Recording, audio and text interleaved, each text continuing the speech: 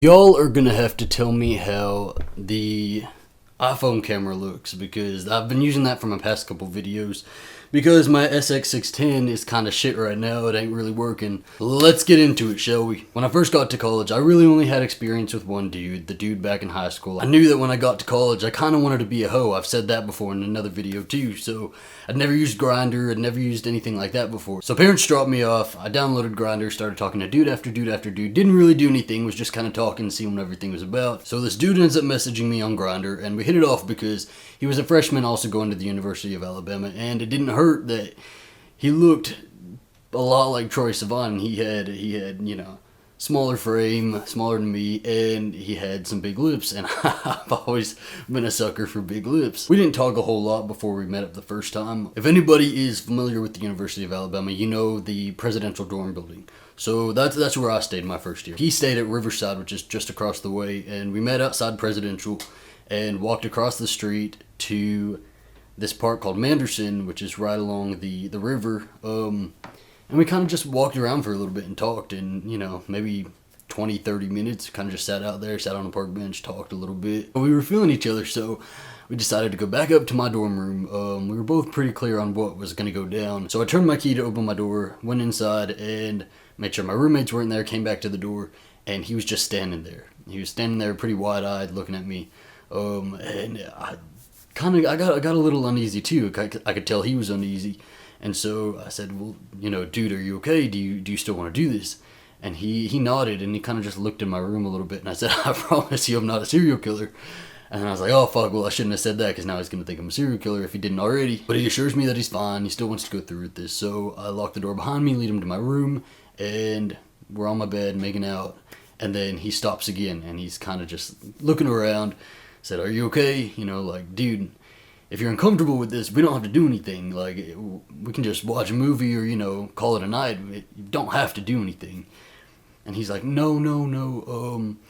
I think I'll be okay. Just give me a minute. And so we kind of just sit there, and we have the TV on, and we're kind of just watching it. And he starts making out with me again. And so I think, you know, it's leading the direction we planned. So we start going a little bit further, and then he stops again.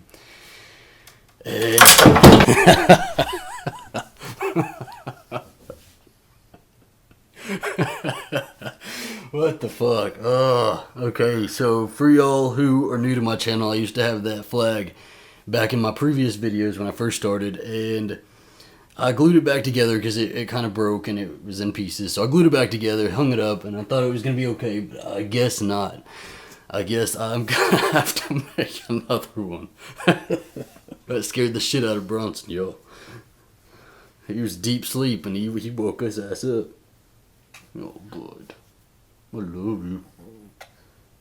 I guess we should just get back into the story. I kept looking at his face every couple seconds, and he just had this uneasy look on his face, and it made me uneasy, you know, seeing him like that. So finally, after seeing this face he has for the majority of the time that we're doing this stuff, which ain't a long time anyway, maybe 5 minutes, I finally stop. I stop whatever we're doing, and I say, hey, dude, like, are you okay? Like, I'm going to ask again, because you don't look like you're too comfortable with this. Are you okay? We can stop. He looks around a little bit, and then he looks back at me, and he's kind of quiet about it, kind of timid, and he's like, well, you know, I'm not really comfortable.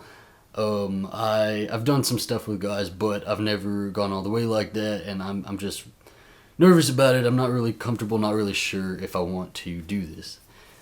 And I say, okay, that is completely fine. I'm in my head really bummed out, but I'm not going to make him feel bad about it. So I said, that's completely fine. It's not a big deal. And I said, so were you going to go through with it even if I didn't say anything? Like, if I hadn't said anything, were you going to go through with it? And he said, you know, I don't know, probably, yeah. I just don't know if I would have spoken up. I said, okay, well, you know, dude, you gotta let people know if you're not into it, because it just makes me look like an asshole if you're not into it and we go through with something that you didn't want to. And, you know, I would feel really bad about that. So you know what, over and done with, I said, do you wanna go ahead and watch a movie like I said earlier? And he said, yeah, that would be cool. And so we start watching the movie, get maybe 1/3 through it, and then I'm like, you know, I look over at him, and he still looks a little bit uncomfortable. And so I say, okay, well, I'm gonna call it a night. Do you want me to walk you home? And he said, no, but I mean, if you would walk me outside, that would be cool. And so I walk him outside of Presidential, and I watch as he goes across the street, and then I go back inside. Well, we talked a little bit after that, like here and there we talked, but we never met up again, we never hooked up again. And I know a couple weeks into the semester, he left school. He said he was really homesick, and so he left school. So, a quick little story, over and done with, but I do have a point to make with it. I'm not just going to tell you guys a story that personal and not give you a lesson. This dude was going to go through with something that he wasn't comfortable with, that he didn't want to do because he was too afraid to speak up. He probably would have left there feeling really bad about himself. And that's just not a position you want to put yourself in. It's not a situation you want to put yourself in. And I get messages. The point of this video is I've been getting messages from 16, 17-year-olds, about to get out of high school, or 18-year-olds, going into high school. And they tell me, I'm talking to this guy who wants to do these things. I'm not really sure if I'm comfortable with that, but, I think I should go through with it. What would you do? Would you just, man up and go through with it? No. This is what I'm telling y'all and what I've told the guys who messaged me. You cannot going through with something just because you think you're a pussy. If you don't, it don't make you a man. That's not true. You're not a wimp for backing out of something you ain't comfortable with. You have to be comfortable with any sort of sexual situation you get yourself into, any relationship. I've put myself in situations that I'm too afraid to get myself out of, that I'm too afraid to speak up and say, I'm not comfortable with this. Maybe you're young and you just want to hook up just to sort of get some experience. Well, there ain't nothing wrong with hooking up. You gotta be safe. You gotta be very, very safe about it. You don't want to put yourself in a position that is going to compromise your health. And you need to be sure of yourself. That is very, very, very important. You need to be sure about yourself.